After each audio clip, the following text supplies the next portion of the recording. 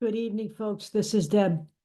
So we will be getting to the SAVE Act, but something happened today that really got me pissed off beyond belief. Today, the Trump administration ordered the removal of all references to queer and transgender people from the Stonewall Inn website, the National Monument website.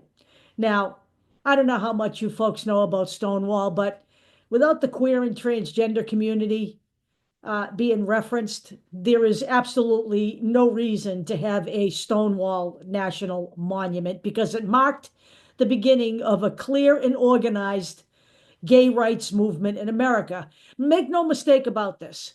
At the time, in the 60s, it was a criminal offense to be gay.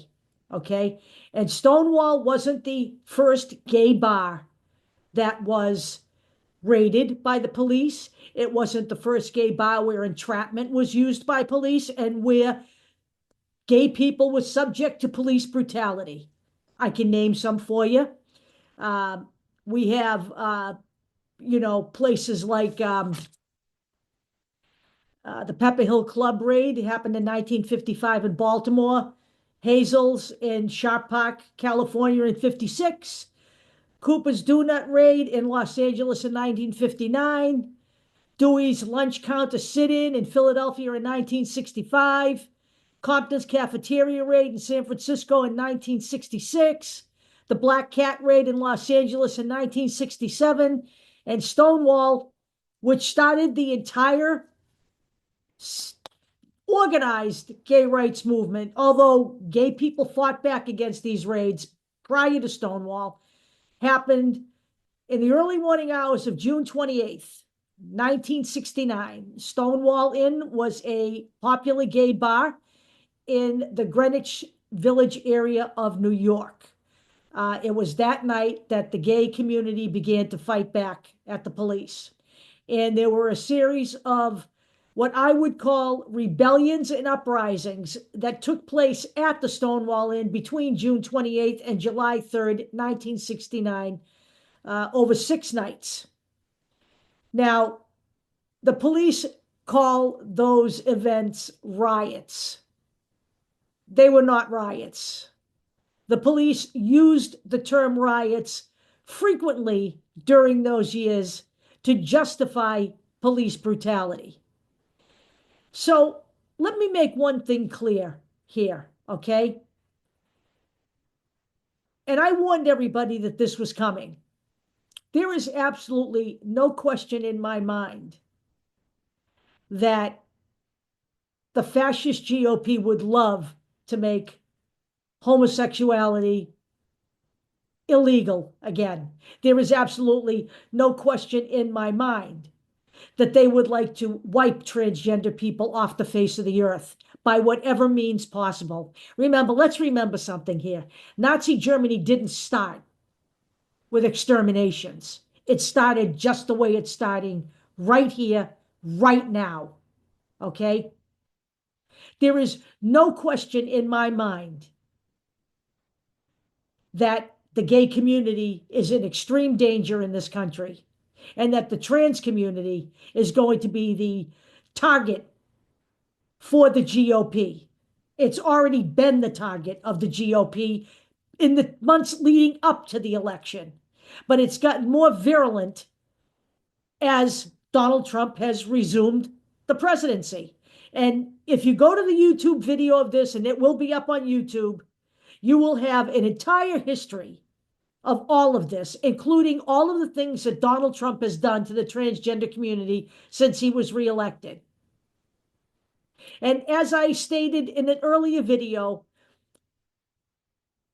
a red state, I can't remember if it was Iowa or not, and I will make sure that article is in here, has requested that the Supreme Court revisit the Obergefell decision where it legalized same-sex marriage and overturn that. And I warned everyone before the election that this was going to be the case.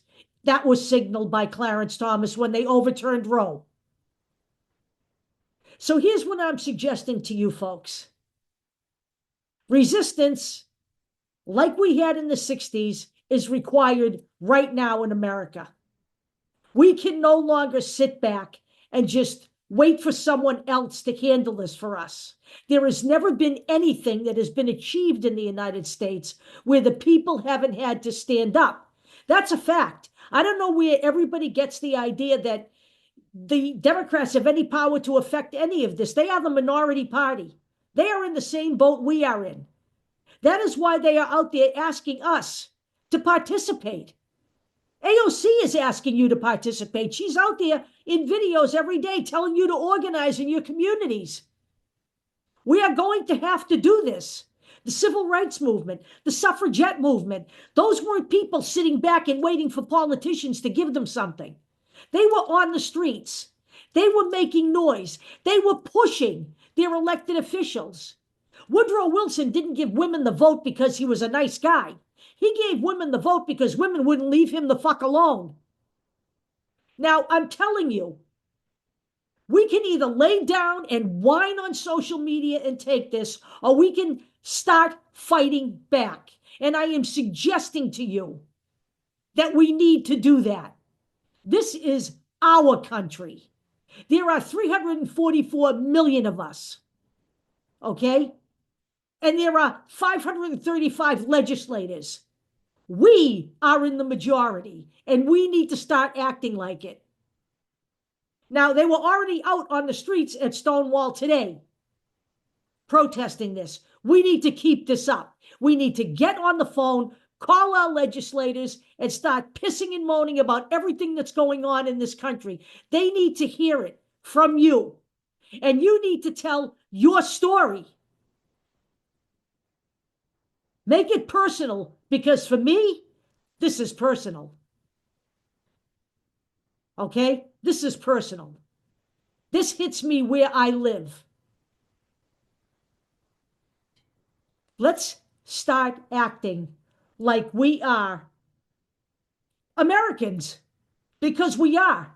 And we have an entirely, totally fascist GOP, a party that has completely backed Donald Trump. They long ago handed the party over to him. That was 10 years ago. And now they are rubber stamping every single thing he has done. There is not one goddamn Republican that has a spine. They're like a pack of jellyfish sitting in their chairs. Well, we can't afford to act like jellyfish. We are the subject of what they are doing. We are the people who are paying the price, and we must not take this sitting down. I will talk to you all later.